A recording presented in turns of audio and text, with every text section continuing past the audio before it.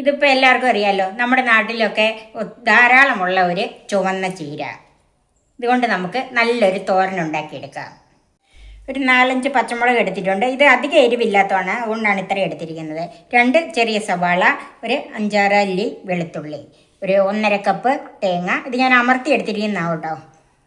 1/2 teaspoon മുളക് പൊടി, 1/2 teaspoon മഞ്ഞൾപ്പൊടി, ഉപ്പ്, വെളിച്ചെണ്ണ, കറിവേപ്പില. ചീര ഇലയും തണ്ടും രണ്ടായിട്ട് അരിഞ്ഞ് വെച്ചിട്ടുണ്ട്. സവാള ചെറുതായിട്ട് അരിഞ്ഞ് വെച്ചിട്ടുണ്ട്. ഇത് ചതയ്ക്കാനുള്ളതായതുകൊണ്ട് ഇത് ഞാൻ അധികം ചെറുതാക്കിയിട്ടില്ല. ആദ്യം ഇതിനൊരു അരപ്പൊന്ന് ചതച്ചെടുത്ത് വെക്കാം. അതിന് വെളുത്തുള്ളി, പച്ചമുളക്, മഞ്ഞൾപ്പൊടി, മുളക് പൊടി, തേങ്ങ.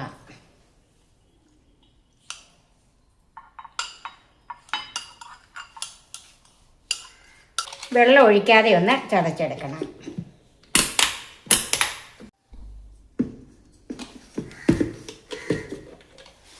തേങ്ങ മുളകെല്ലാം കൂടെ ചതച്ച് വെച്ചിട്ടുണ്ട്. നമുക്ക് അങ്ങ് മാറ്റി വെക്കാം. ഇനി നമുക്ക് തോരൻ ഉണ്ടാക്കാം. ചൂടായ പാനിലേക്ക് വെളിച്ചെണ്ണ ഒഴിക്കാം.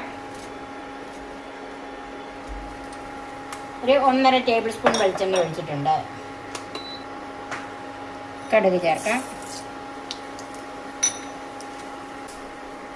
വറ്റൽമുളക് ചേർക്കാം. കുറച്ച് കറിവേപ്പില ചേർക്കാം.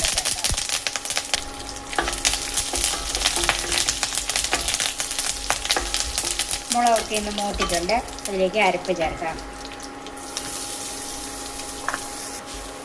അരപ്പ് ചേർത്ത് കൂടെ തന്നെ നമുക്ക് സവാളയും കൂടെ ചേർക്കാം.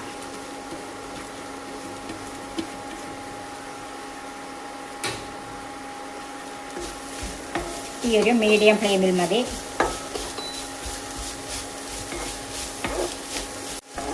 സവാള ആദ്യം വഴറ്റാതെ അരപ്പിൻ്റെ കൂടെ ഇങ്ങനെ ഇട്ടൊന്ന് വഴറ്റി നോക്കണം. അതൊരു പ്രത്യേക രുചിയാണ്. ആ ഒത്തിരി അങ്ങോട്ട് മൂത്ത് പോകാതെ ആ ഒരു ക്രഞ്ചിനെസ് ഇങ്ങനെ നിൽക്കും. ഇങ്ങനെ ചെയ്താൽ തോരന് ഒരു പ്രത്യേക രുചി കിട്ടും. ഇനി അതിലേക്ക് അരിഞ്ഞ് വെച്ചിരിക്കുന്ന തണ്ട് ചേർക്കാം. ഇത് നല്ല എളുപ്പം തണ്ടാണ്, അതുകൊണ്ട് കുറച്ച് തണ്ടുള്ളൂ. എന്നാലും അത് തണ്ട് അങ്ങനെ ഒന്ന് ചേർത്ത് വഴറ്റുന്നതാണ് നല്ലത്. തീ ലോ ടു മീഡിയം ഫ്ലെയിമിൽ വെച്ച് ഒന്ന് വഴറ്റിയെടുക്കുക.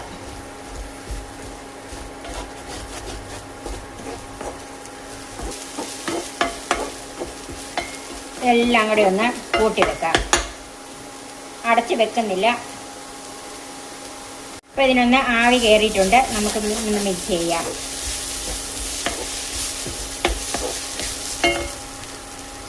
ഇനി ഇതിലേക്ക് ചീരയുടെ ഇല ഇട്ട് കൊടുക്കാം.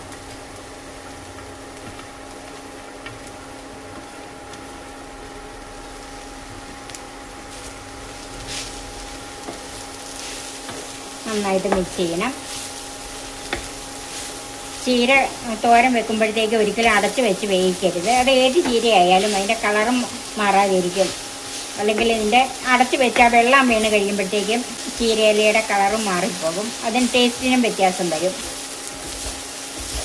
ഇങ്ങനെ മിക്സ് ചെയ്യുക. ഇടയ്ക്കൊന്ന് അതുപോലെ കൂട്ടി വെച്ച് കൊടുക്കുക. ഇതിൻ്റെ അകത്ത് ഉപ്പ് ചേർക്കണം.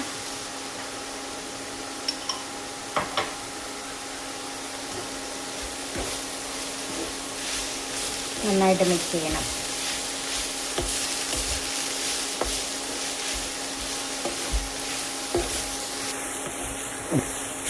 ഇനി നമുക്ക് വീണ്ടും ഇത് ഇങ്ങനെ ഒന്ന് കൂട്ടി വെച്ച് കൊടുക്കണം.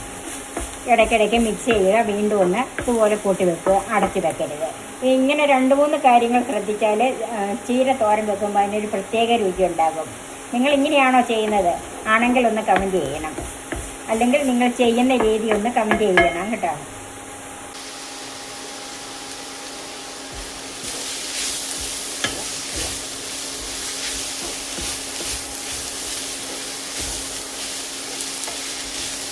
മൂക്കാത്ത ചീര ആയതുകൊണ്ട് ഇത് പെട്ടെന്ന് തന്നെ ഇത് വെന്ത് കിട്ടും.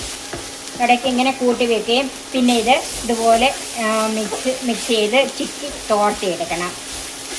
കണ്ടേ, നമ്മുടെ ചീര ഏകദേശം റെഡിയായി വന്നിട്ടുണ്ട്. ഇതിൻ്റെ തണ്ടു ഇലയെല്ലാം വെന്തിട്ടുണ്ട്.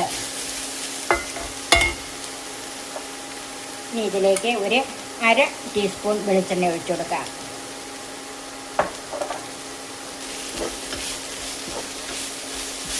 നന്നായിട്ടൊന്ന് മിക്സ് ചെയ്യാം. ചീരത്തോരൻ റെഡിയായി. തീ ഓഫ് ചെയ്ത് സെർവിങ് ഡിഷിലേക്ക് മാറ്റാം. വളരെ എളുപ്പത്തിൽ നമ്മുടെ ചീരത്തോരൻ റെഡിയായി. നിങ്ങളും ഇതൊന്ന് ട്രൈ ചെയ്ത് നോക്കണം. എൻ്റെ ഈ ചാനൽ സബ്സ്ക്രൈബ് ചെയ്യാനും എൻ്റെ ഫേസ്ബുക്ക് പേജ് ലൈക്ക് ചെയ്യാനും ഷെയർ ചെയ്യാനും കമൻറ്റ്സ് അറിയിക്കാനും മറക്കരുത്. പുതിയ പുതിയ വിഭവങ്ങളുമായി നമുക്ക് വീണ്ടും കാണാം. ഞാൻ സോഫി കുര്യാക്കോസ്.